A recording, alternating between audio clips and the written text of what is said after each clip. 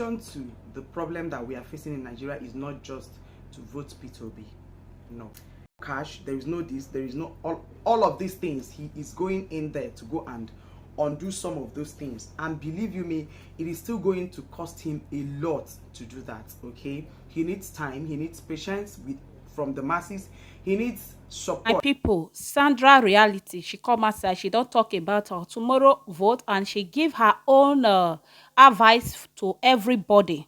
She said by voting Peter Obi, that is Peter Obi, he say no me say it go solve the problem. Yes, that part when she talks so and I make me want redo our video about that. You know, many of our youths now, they say, okay, may we vote for Peter Obi. If you vote for Peter Obi, not just me say, or if he just reach the office, automatic everything will just work easily. No, he go need to do a lot of things. And what I go still like, may our youths, may our mothers, may our brother, our fathers still know is if Peter Obi win as a president, as many of us they claim. Now, if he win, what of a governor? What of House of Assembly? What, because if now look Peter Obi party now, Peter Obi not really get all those people back, but not be read that one, because if you become a president, you need House of Assembly to dey sign wetin you want. They go, a lot of things. Wetin we pray for is that if Peter Obi he really win, or anybody, me I not dey anyone when he go win, anybody when he win, I celebrate with them. So far wetin I dey ask God, may God give us good leaders and good president, not only president, good leader, governor, senate, anyone. May God give us all the good, all of them, may they good. You understand? If he win, because people because I remember many of us know, anyone when win for them, when they say they want to redo work, just easy. So that not to put pressure, because I know say our country, they pass through a lot, as our sister Rick talk, Sandra. Our country, they pass through a lot. Please, guys, please, let's put this our election, and let's put everything in the hands of God. No, may we not pressure our president when we want put now, because the thing, and he still mention about how people take they pass through now. The same thing, yes, my mom, yesterday I talked to my mom. She said to see money, don't be say money not the bank, but to collect her, to take buy food. It's a problem. You see, if imagine my mom, old woman like that, she they complain.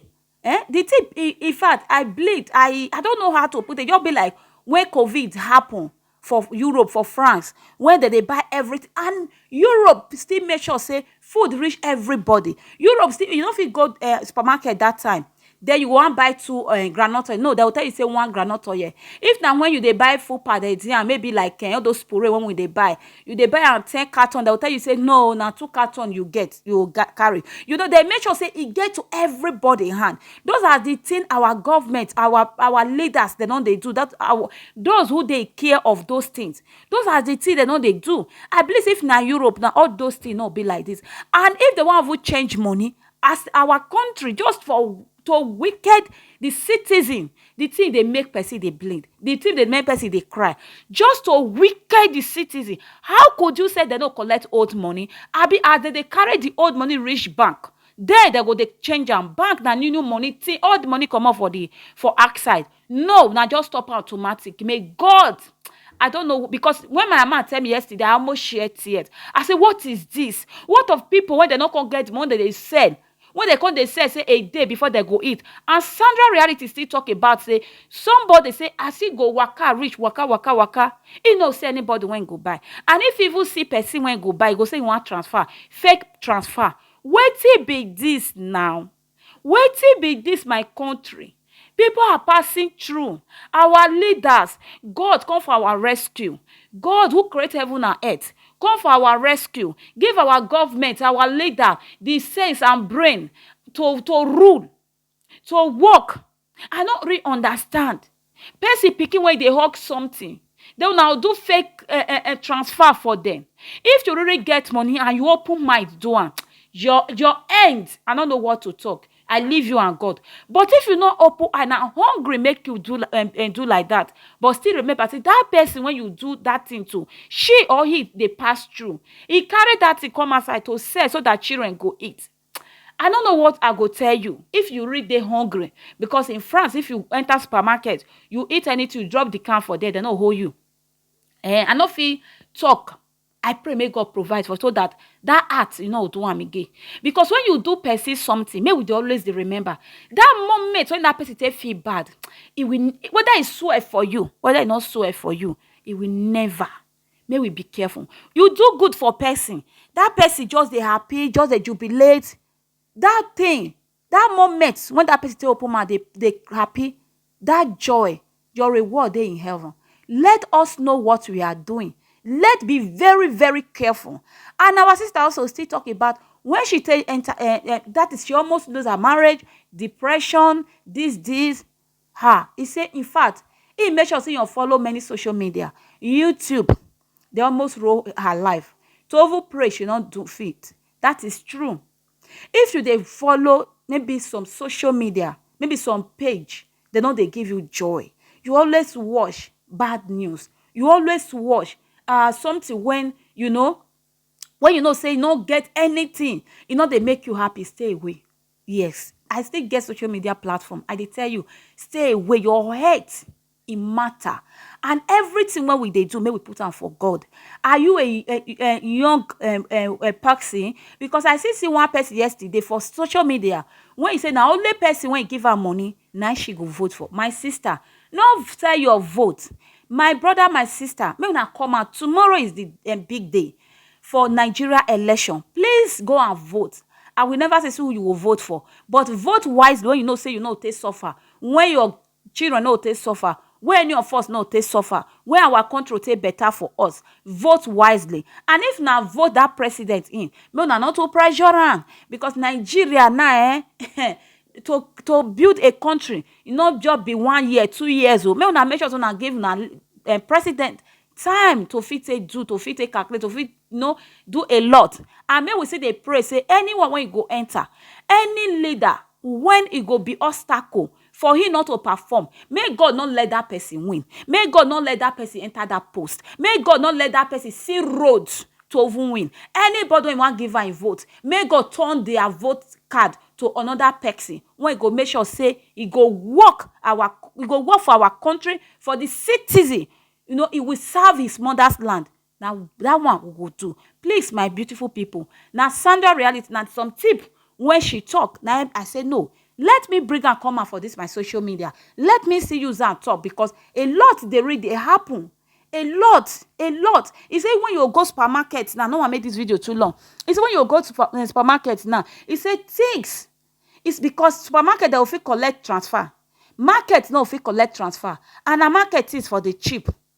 You dey see a lot of things they go on for that our country. Oh Father, mercy of God, Son of David, have mercy on my land, Nigeria. Let your mercy and your favor, this vote when they want vote, so this election, let your mercy and your favor flow. Let your mercy and your favor reign in that my country. No man, no woman, nobody will lose his soul because of this vote. Now that one I mean just read it for, because those are our election. They know they vote without person no go. I pray God of mercy, God that answered by fire, do your work. I ask for mercy for that Nigeria. I ask for peace election for that our country Nigeria. My people, as our sister Sandra reality still talk, he said if you get food this time, not be time to throw away food, including the Europe. They nobody they throw away food again. Before you fit carry food you throw away and say now if you eat and remain, keep am tomorrow. If you not see who you give, one man add and join the new one when you want make.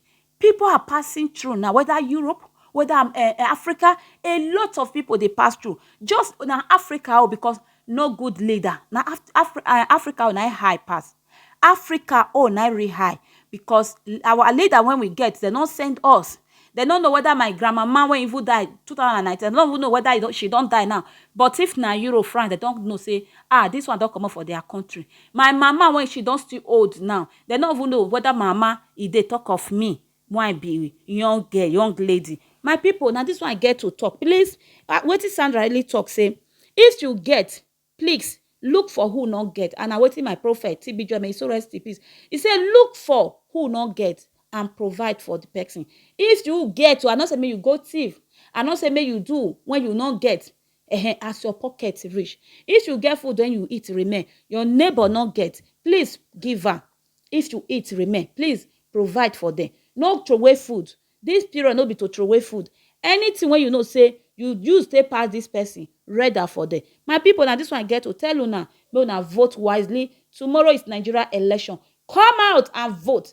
Our vote is our power. Let's use our vote to vote all the bad leader out of our land. Thank you all. I will see you now in my next video. Remain blessed. Ciao, ciao. We don't cast, last.